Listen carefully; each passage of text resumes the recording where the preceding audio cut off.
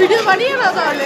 আবার চলে এসেছি শ্রীরামে একটা সরস্বতী ঠাকুর দেখাই আপনাদের। এবছর 2026-এ সব থেকে বেশি ভাইরাল হওয়া যেটা, সব থেকে বেশি এখানে ভাইরাল যেটা হয়েছে সেটা হচ্ছে এই যে কিউট সরস্বতী। শ্রীরামে প্রতি বছর প্রতিবারেই প্রত্যেকটা ঠাকুরই ভাইরাল হয়।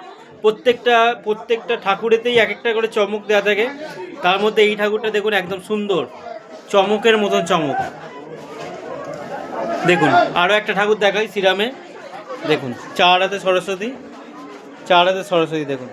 কোনো ঠাকুরই এখানে থাকে না, সব ঠাকুরই অর্ডার দেওয়া থাকে, সব ঠাকুরই বাইরে চলে যায়।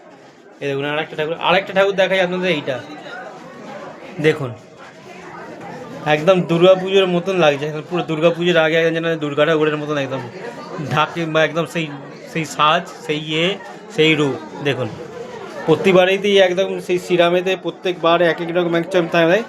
এবারে সব থেকে বেশি ভাইরাল হওয়া যেটা সেইটা হচ্ছে এইটা কিউট সরস্বতী। দেখুন কি মিষ্টির মুখটা, দেখুন মুখটা দেখলেই একদম মন গলে যাবে একদম। দেখুন কি সুন্দর মুখটা, মায়ের মুখ দেখুন, কি একদম যেন বাচ্চা ছেলে, একদম বাচ্চা মেয়ের মতন মুখটা দেখুন, সুন্দর লাগছে।